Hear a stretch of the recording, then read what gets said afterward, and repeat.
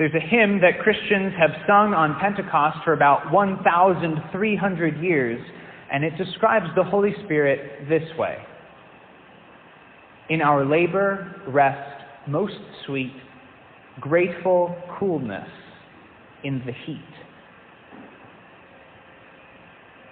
If a week ago or 2 weeks ago you drove down Canada Street in Lake George, you would see them, those patio heaters with the cylindrical base. They have a tall metal stem and then this kind of lamp at the top. They keep you warm if you're outside waiting to go into a restaurant. But now that it's been 80 degrees 6 days in a row, you probably will not see them as much. In November, I celebrated the first wedding locally that I celebrated after the COVID shutdown. And the wedding didn't happen at the parish where I was stationed. It was at another parish. So I went to that wedding. I celebrated it on a Saturday afternoon. Then I went back to my parish and I heard confessions. And then following those confessions, I went to the reception. And it was late October, early November. And because of capacity restrictions, the venue had to have the reception outside.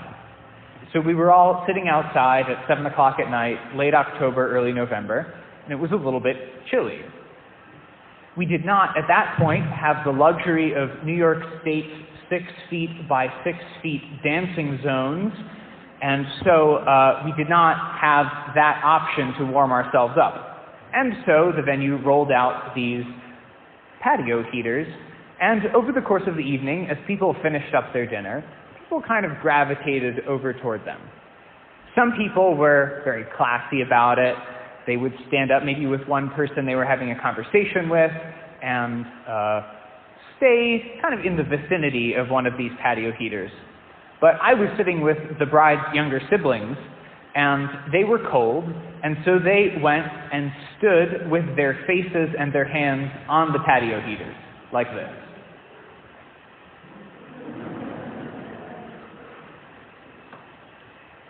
That seemed like a pretty good strategy, so I did that too.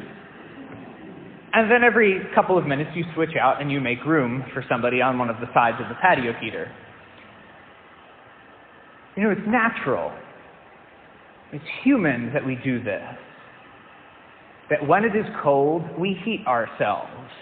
It was revolutionary when some human being at some point discovered fire. And it's interesting that we use that word, discover. It was there already and we found it. It's natural that we build fireplaces. We want them in the winter. It's natural that we build patio heaters to heat ourselves as efficiently and as effectively as possible, because we do not want to be cold.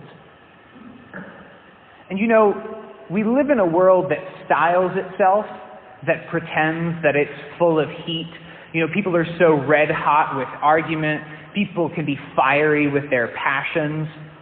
I don't know if you found this. What I found is that if you scratch the surface just a little bit, people today are very cold. We live in a time when materially we are better cared for than the human race has ever been. We live in the wealthiest country in the world. We are more comfortable than anybody has ever been. And we are more anxious and more depressed and more miserable than the human race has ever been. We have gotten everything we have ever wanted, and it has not been enough.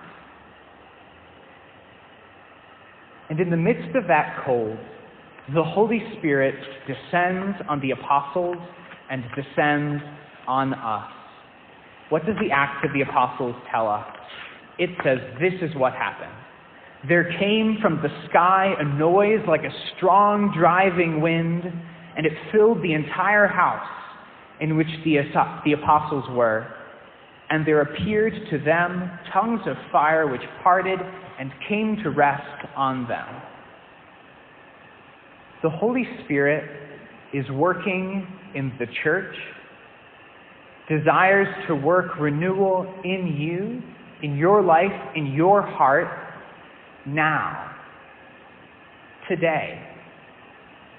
not just in the past, not in memories you might have, not in some far future in some time when things get better than they are now. The Holy Spirit wants to work for you now. He wants to fill us with that flame. And when people find somebody else with that flame in them, we're drawn to it, aren't we? Sometimes we keep ourselves at a distance. We see that flame and we wonder, what is that?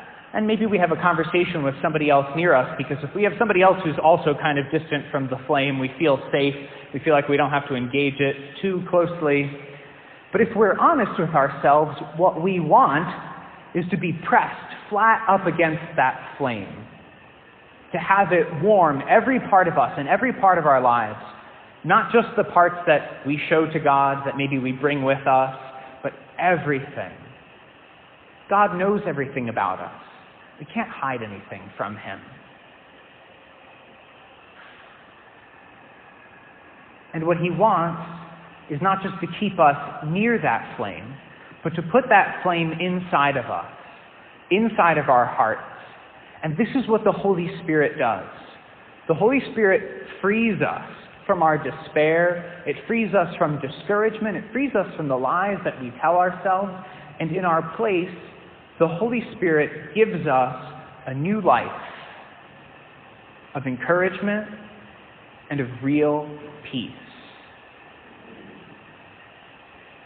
The thing about patio heaters is that they are not the source of fire itself, but there's propane or natural gas or electricity, and the way that they're built gives them structure, gives them space, so that the fire can flourish and can rest there.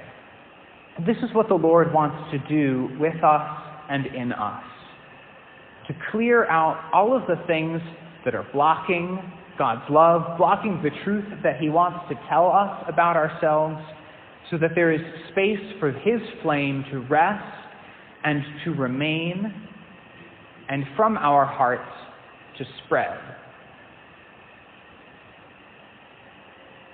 The way Jesus wants to put His flame into us right now, this morning, is through the gift of the Eucharist.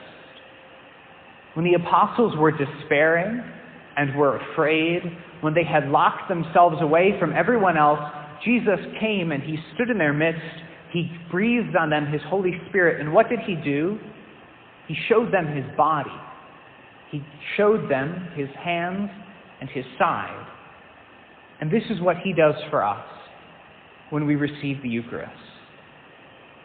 Come, Holy Spirit, fill the hearts of your faithful, and enkindle in us the fire of your divine love. Send forth your Spirit, and we shall be created, and you will renew the face of the earth.